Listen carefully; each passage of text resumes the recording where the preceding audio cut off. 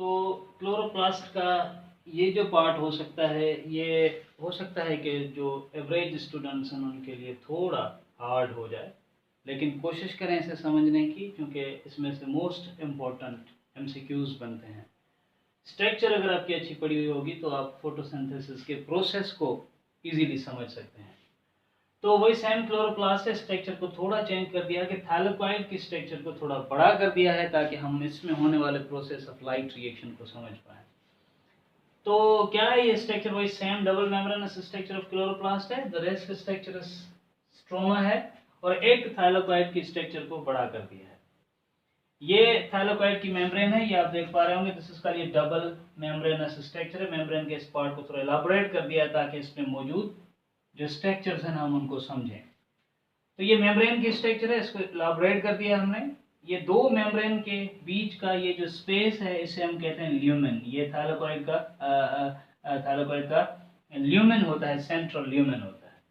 इस double membranous structure of the थैलेकोइड के अंदर वैरायटी ऑफ स्ट्रक्चर्स मौजूद हैं जो हेल्प करती हैं ना प्रोसेस ऑफ फोटोसिंथेसिस में। I am not going in details of स्टार्क्ड and non स्टार्क्ड and apprised and non apprised reason. Just एक ओवरव्यू दे रहा हूँ मैं आप लोगों को ताकि आप इसे समझें। फोटोसिंथेसिस का इम्पोर्टेंट प्रोसेस जो लाइट रिएक्शन है वो इस थैलेकोइड मेम्ब्रेन के अंदर होता है। और लाइट रिएक्शन असल में एक ऐसा रिएक्शन है जिसमें हम पढ़ते हैं सोलर एनर्जी कन्वर्ट होती है into a chemical energy where light from sun is trapped and converted into ATP and NADPH। तो वो कैसे होता है? ये करने के लिए इस थैलेकोइड की मेम्ब्रेन के अंदर क्लोरोप्लास्ट मौजूद होता है जो कि डिफरेंट सिस्टम्स बनाता है जिसकी मदद से ये काम हो रहा होता है। तो वो स्ट्रक्चर क्या है हम थोड़ा उसे पहले ब्रीफ कर लेते हैं ताकि हम समझ पाए। क्लोरोप्लास्ट की थैलेकोइड की इस मेम्ब्रेन के अंदर देयर आर सिस्टम्स प्रेजेंट जिसको हम कहते हैं फोटोसिस्टम 2 एंड फोटोसिस्टम 1। क्या है? दिस इज का ये सेंटर पर मौजूद क्लोरोफिल का मॉलिक्यूल है जिसे हम कहते हैं रिएक्शन सेंटर, और उसके ऑल अराउंड मौजूद होते हैं these molecules. They can be chlorophyll A, they can be chlorophyll B, they can be other also carotenoids as well.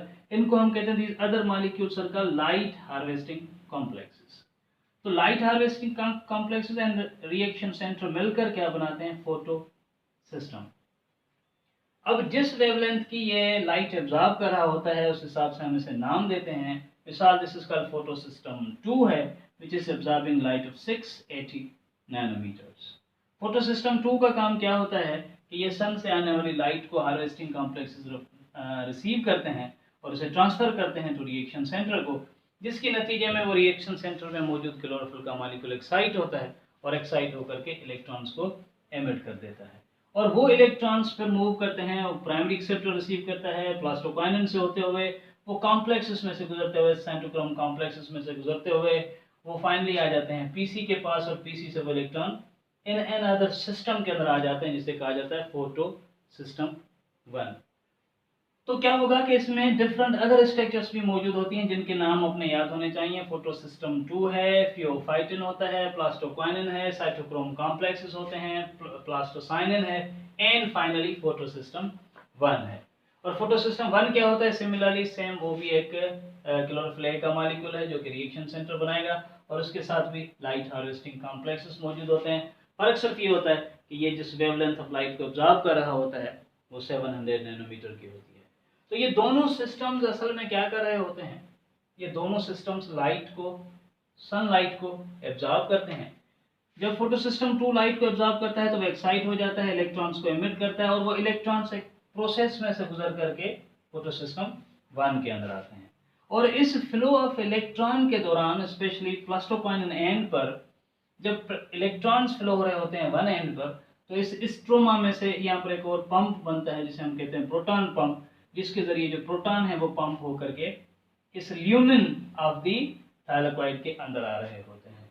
तो ये जो प्रोटॉन का फ्लो हो रहा होता है इनसाइड ल्यूमेन, ये आगे मोस्ट इंपॉर्टेंट फंक्शन करता है जो कि असल में एटीपी ड्राइविंग फंक्शन होता है, जिसमें सिंथेसिस ऑफ एटीपी होता है। सिमिलरली जो फोटो सिस्टम 1 है वो भी एक्साइट होता है, इलेक्ट्रॉन्स को एमिट करता है। इलेक्ट्रॉन्स रिसीव होने के बाद या तो साइटोक्रोम कॉम्प्लेक्स के पास आते हैं, पीसी में आकर के सेम सिस्टम में आ जाएंगे, या तो वो इलेक्ट्रॉन्स जो हैं वो यहाँ से ट्रांसफर होते हैं, और उन्हें कौन रिसीव करता है? उन्हें रिसीव कर लेता है NADP, जो कि रिड्यूस हो जाता है किसमें, इनटू NADPH के अंदर। ठीक, तो ये क्या हो जाएगा कि दिस इज अ, ये क्या हो रहा होता है कि this is said to be, photosystem 1 के दौरान भी इमिशन ऑफ इलेक्ट्रॉन्स होती है। तो अगर हम इसे सिंपल कर दें इस स्टेज पर, क्या होता है लाइट रिएक्शन, सोलर एनर्जी आती है, वो आके फोटो सिस्टम 2 से या फोटो सिस्टम 1 से टकराती है। फोटो सिस्टम 2 से टकराएगी तो क्या होगा, इलेक्ट्रॉन्स इमिट होंगे जो एक प्रोसेस में से गुजरेंगे और फोटो सिस्टम 1 पर आ जाएंगे। उन इलेक्ट्रॉन्स के फ्लो के दौरान स्ट्रोमा में से प्रोटॉन पंप होंगे, जो पंप होकर के किस में आ जाएंगे, इस ल्यूमेन के अंदर आ जाएंगे। अगर फोटो सिस्टम 1 है तो जैसे लाइट फोटो सिस्टम 1 के साथ टकराएगी वो एक्साइट हो जाएगा, इलेक्ट्रॉन्स इमिट हो जाएंगे। इलेक्ट्रॉन्स वहीं से साइटोक्रोम कॉम्प्लेक्स में आके पीसी में आकर के सेम सिस्टम में आ सकते हैं, या अनदर चांस होता है कि वो इलेक्ट्रॉन्स प्रोडक्शन के पास आने के बाद वो इलेक्ट्रॉन्स NADP रिसीव करे और NADP रिड्यूस हो जाए इनटू NADPH के अंदर। तो लिहाजा लाइट रिएक्शन के दौरान जो दो इंपॉर्टेंट प्रोसेसेस हो जाएंगे वो क्या होते हैं, cyclic and non cyclic photophosphorylation. होता क्या है असल में, जब इलेक्ट्रॉन फोटो सिस्टम 2 से निकल रहे होते हैं तो वापस उस सेम सिस्टम के अंदर नहीं आ रहे होते, वो इलेक्ट्रॉन्स आ जाते हैं फोटो सिस्टम 1 के अंदर। तो जो फ्लो ऑफ इलेक्ट्रॉन्स होता है वो नॉन साइक्लिक होता है। इस फ्लो के दौरान जो प्रोटॉन पंप होकर के ल्यूमेन में आ रहे होते हैं तो वो इस ल्यूमेन में से इस ATPase कॉम्प्लेक्स में से पास करते हैं, जिसको हमने पढ़ा है पहले भी माइटोकॉन्ड्रिया में, F0 पार्टिकल्स में एंड F1 पार्टिकल्स में। तो ये प्रोटॉन्स जब इसमें से पास करते हैं तो सिंथेसाइज ATP है।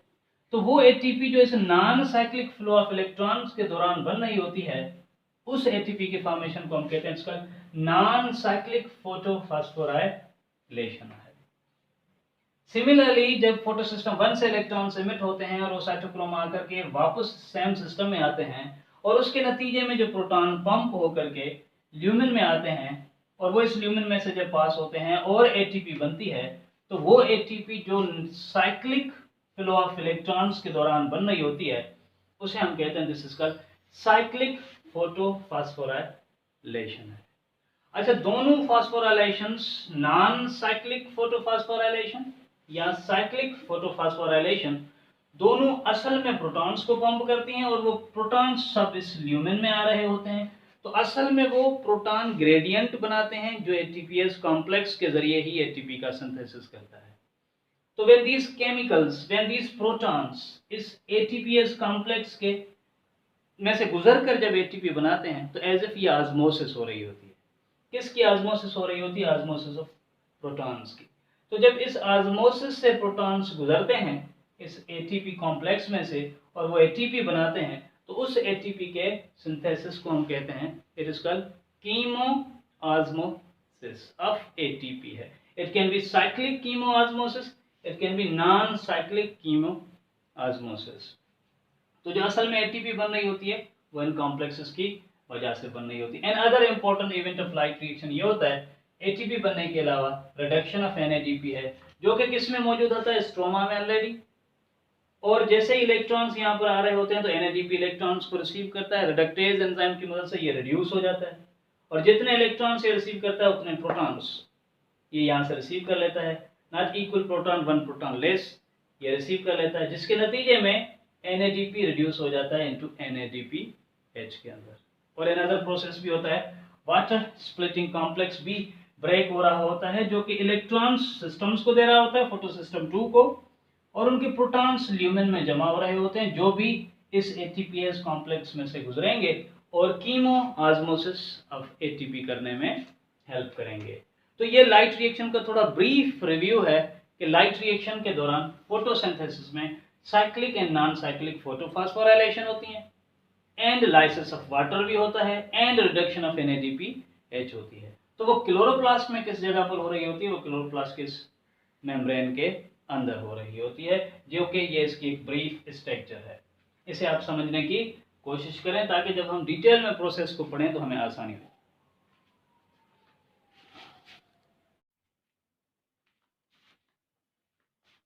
फोटोसिंथेसिस में लाइट रिएक्शन के बाद जो अदर प्रोसेस है जो फोटोसिंथेसिस को मुकम्मल करता है that is called dark reaction.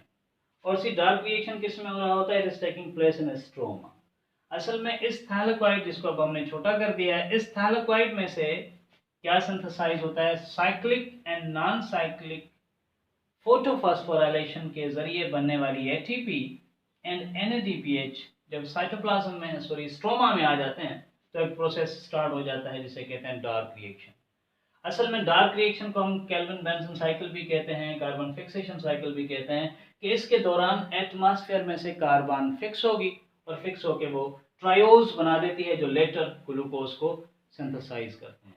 तो डार्क रिएक्शन के हम 3 इंपॉर्टेंट स्टेप्स हैं जिनको हम वहीं पर डिटेल में पढ़ेंगे, लेकिन फर्स्ट फेज इसका कार्बोक्सिलेशन फेज होता है और बाद में रिडक्शन फेज होता है एंड देन रीजनरेशन फेज होता है।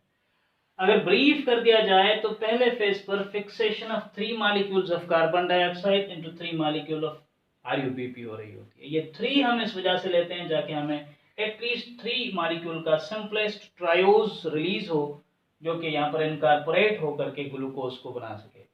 तो we take 3 molecules of carbon dioxide, when 3 molecules of carbon dioxide are fixed with 3 molecules of RUBP, they synthesize first 3 hexose which are unstable. तो 3 hexose break हो जाते हैं into 6 triose के अंदर और they are called 3 phosphoglycerate। और ये चूंकि they are said to be ketos and हमें ग्लूकोज बनाना है जो कि एक अल्डोज शुगर है, तो इन कीटोज को एक और फेज में से गुजरना होता है, दैट्स कॉल्ड रिडक्शन फेज, जो कि एटीपी और एनएडीपीएच की मदद से होगा, जिससे 3 phosphoglycerate change into ग्लाइसरल aldehyde 3 phosphate. और कितने मॉलिक्यूल्स बनेंगे? Total 6 molecules of ग्लाइसरल aldehyde 3 phosphate बनेंगे bye a phase called reduction phase. जब ये रिड्यूस होकर के अल्डिहाइड में तब्दील हो जाते हैं तो अब एक ऐसा ट्रायोज बन सकता है जो ग्लूकोज को बना पाएगा। इन 6 ट्रायोज में से एक ट्रायोज ग्लाइसरल अल्डिहाइड 3 फॉस्फेट रिमूव होता है और वो आ जाता है स्ट्रोमा में। इसी तरह से और साइकिल से आने वाला ट्रायोज भी आएगा स्ट्रोमा में और 2 ट्रायोज मिलकर के ग्लूकोज को बना लेते हैं। लेकिन ये साइकिल चूंकि मुकम्मल करनी होती है तो इसमें जो 6 मॉलिक्यूल्स बन रहे होते हैं, जब एक रिलीज हो जाता है तो 5 molecules of ग्लाइसरल aldehyde 3 phosphate recycle होते हैं। और वो क्यों रिसाइकिल होते हैं? क्योंकि इस आरयूबीपी को रिसाइकिल किया जाए। और इस तरह से एक फेज होता है जिस फेज को हम कहते हैं रीजनरेशन ऑफ राइबोज 1,5 बाइफॉस्फेट। और वो जो रिसाइकलिंग है वो कैसे होती है? वो एक फेज के दौरान होती है जिसमें 3 मॉलिक्यूल्स ऑफ एटीपी कंज्यूम हो जाएंगे और 5 molecules of ग्लाइसरल aldehyde 3 phosphate rearrange हो जाते हैं इनटू 3 मॉलिक्यूल्स ऑफ आरयूबीपी के अंदर। और इस फेज को हम कहते हैं दिस इज का रीजनरेशन फेज है। और जैसे 3 मॉलिक्यूल्स ऑफ आरयूबीपी सिंथेसाइज हो जाएंगे तो ये एक मर्तबा फिर कार्बन डाइऑक्साइड को इनटेक करके और ये डार्क रिएक्शन को कंटिन्यू करेगा। तो ये बहरहाल एक सिंपल इंट्रोडक्शन है डार्क रिएक्शन का। तो हम क्लोरोप्लास्ट को सिंपल करके भी पढ़ सकते थे, लेकिन इसे हमने इस तरह से लाइट और डार्क रिएक्शन के साथ पढ़ा है ताकि जब हम इन प्रोसेसेस को पढ़ें तो इनका पहले से एक हमें ब्रीफ इंट्रोडक्शन हो, so that when I start bioenergetics I will be confident enough to explain all these processes with a little difference। तो इन्हें याद रखें, this is called dark reaction।